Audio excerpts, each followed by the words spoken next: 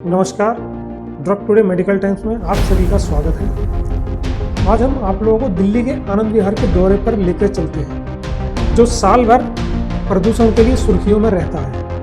लेकिन शुरू करने से पहले हम आपसे अनुरोध करेंगे कि इस वीडियो को लाइक करें, साझा करें और वीडियो पर टिप्पणी करें। और ऐसे और अधिक वीडियो के लिए इस लिंक पर क्लिक करें जिसे हम विवरण में साझा कर रहे हैं। हम आपसे अनुरोध करेंगे कि भारत और दुनिया भर में साक्ष्य आधारित स्वास्थ्य समाचारों के लिए हमारी वेबसाइट के लिंक पर क्लिक करें, जिसका लिंक आपको डिस्क्रिप्शन बॉक्स में मिल जाएगा। आइए तो हम दिल्ली के प्रदूषण को समझने की कोशिश करते हैं। उपलब्ध आंकड़ों के अनुसार आनंद विहार दिल्ली के सबसे प्रदूषित इलाकों में से एक है, जहाँ साल भर वायु प्रदूषण की मात्रा स्वास्थ्य के खतरनाक स्तर पर हमेशा रहती है। अधिक निर्माण कार्य, अति सघन मात्रा में वाहनों की आवाजाही, 2 अंतर्राज्यीय बस टर्मिनल, एक रेलवे स्टेशन की मौजूदगी से यह स्थिति दिन पर दिन खराब होती जा रही है। अगर हम दिल्ली के वायु प्रदूषण को देखते हैं, इसके पीछे दिल्ली की हवा में PM 2.5 की निर्धारित मात्रा से कई अधिक रहती है। 2023 में जनवरी अक्टूबर की अवधि के लिए दिल्ली में दैनिक PM 2.5 औसत सांद्रता लगभग 75 माइक्रोग्राम प्रति घन मीटर थी, जो विश्व स्वास्थ्य संगठन द्वारा निर्धारित 5 माइक्रोग्राम प्रति घन मीटर से 15 गुना अधिक है। अगर हम पिछले 6 साल के आंकड़ों को देखें तो हम पाएंगे कि साल 2017 से 2022 में PM 2.5 81 और 95 माइक्रोग्राम प्रति घन मीटर के बीच थी, यानी WHO द्वारा निर्धारित मात्रा से 16 से 20 गुना अधिक थी। दिल्ली में प्रदूषण के अन्य प्रमुख कारण, साल भर वायु प्रदूषण के साथ साथ पिछले कुछ सालों में से दिल्ली में हर साल अक्टूबर-नवंबर के महीने के आसपास पड़ोसी राज्यों में व्यापक स्तर पर किसानों द्वारा पराली जलाने के कारण PM 2.5 के अलावा हवा में carbon monoxide, nitrogen oxide, sulphur dioxide आदि जहरीली गैस की मात्रा अत्यधिक रूप से बढ़ जाती है, जिससे शहर एक गैस चैम्बर में बदल जाता है। इसके चलते लोगों को आंख में जलन, सांस लेने में दिक्कत के साथ साथ कई अन्य बीमारियों का सामना करना पड़ता है। तो कहूँगा कि रेस्पिरेटरी सिस्टम पे स्टार्टिंग फ्रॉम नोज, गला, लंग्स सारे इफ़ेक्ट होते हैं। और आप देखेंगे कि जब दिवाली से थोड़ा पहले, दिवाली के समय और अभी भी पोल्यूशन है, जिसकी वजह से लोगों को नज़ला जुकाम, छींकें, नाक में इरिटेशन, आँख में इरिटेशन, गला ख़राब होना, और जो कई एस्थमेटिक जो पेशेंट हैं उनको एक्सर्वेशन ऑफ द एस्थमा, या कोई भी रेस्पिरेटरी डिजीज़ के पेशेंट हैं उनको एक्सर्वेशन ऑफ द रेस्पिरेटरी प्रॉब्लम हो जाता है। पर यह PM 2.5 क्या है? PM 2.5 यह हवा में पाए जाने वाले महीन प्रदूषण कण, जिसे इंग्लिश में पार्टिकुलेट मैटर 2.5 भी कहा जाता है, जिनका आकार 2.5 माइक्रोमीटर से कम होता है। ये महीन कण वायुमंडल में आधुनिक जीवन और औद्योगिक गतिविधियों के कारण उत्पन्न होते हैं और विभिन्न प्रकार की अणु, क्रमणिका या रासायनिक तत्वों का हिस्सा बन सकते हैं। PM 2.5 का मुख्य स्रोत औद्योगिकरण, वाहनों का इंजन और ऊर्जा उत्पादन की प्रक्रिया से हो सकता है। इसका प्रबंधन और नियंत्रण वायु प्रदूषण के दृष्टिकोण से महत्वपूर्ण है, ताकि लोग स्वस्थ रह सकें और यह नकारात्मक प्रभावों से बचा जा सके। PM 2.5 हमारे स्वास्थ्य को कैसे प्रभावित करता है? तो सर ऐसा है कि इससे गले में बड़ा अजीब सा हो रहा है, गला सूख सा रहा है इससे, अब आंखों में जलन हो रही है बहुत। प्रदूषण इस मौसम में बहुत ज़्यादा हो जाता है घना, जिससे आंख में आंसू, आंख बंद, गाड़ी चलाते टाइम जब आंख अचानक बंद हो जाए और स्पीड में गाड़ी हो, एक्सीडेंट का डर होता है उस टाइम सबसे ज़्यादा।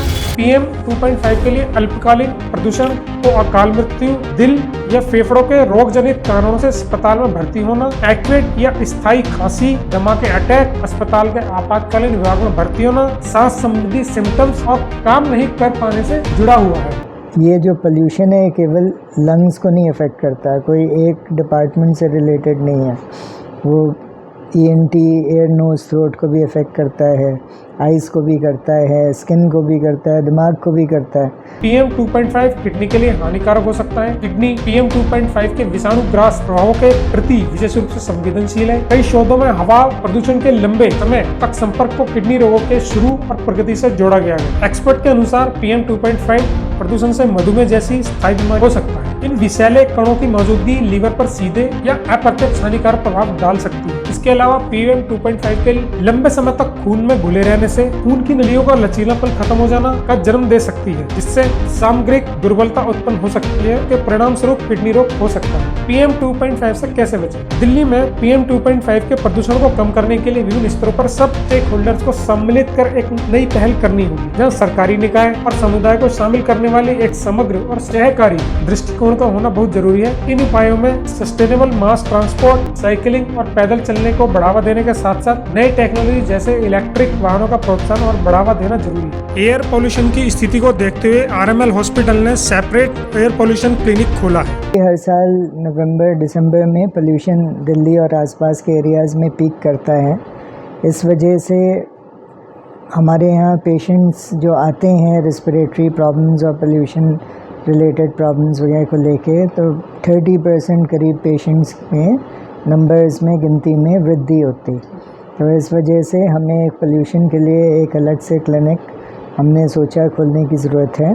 तो इसलिए एक multi disciplinary multi departmental approach की ज़रूरत थी। तो हमारी जो OPD होगी उसमें ये 5 डिपार्टमेंट्स, पल्मोनरी मेडिसिन, जो रेस्पिरेटरी मेडिसिन है, ENT, आई, डर्मेटोलॉजी और साइकियाट्री, 5 डिपार्टमेंट के डॉक्टर्स बैठेंगे।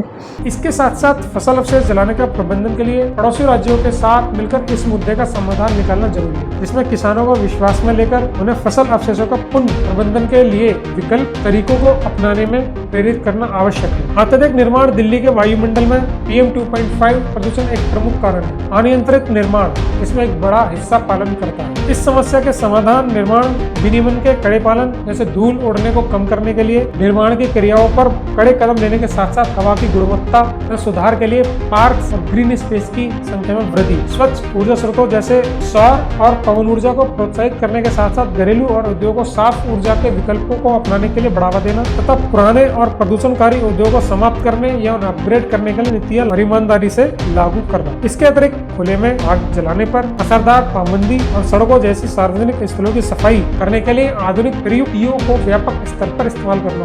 धन्यवाद।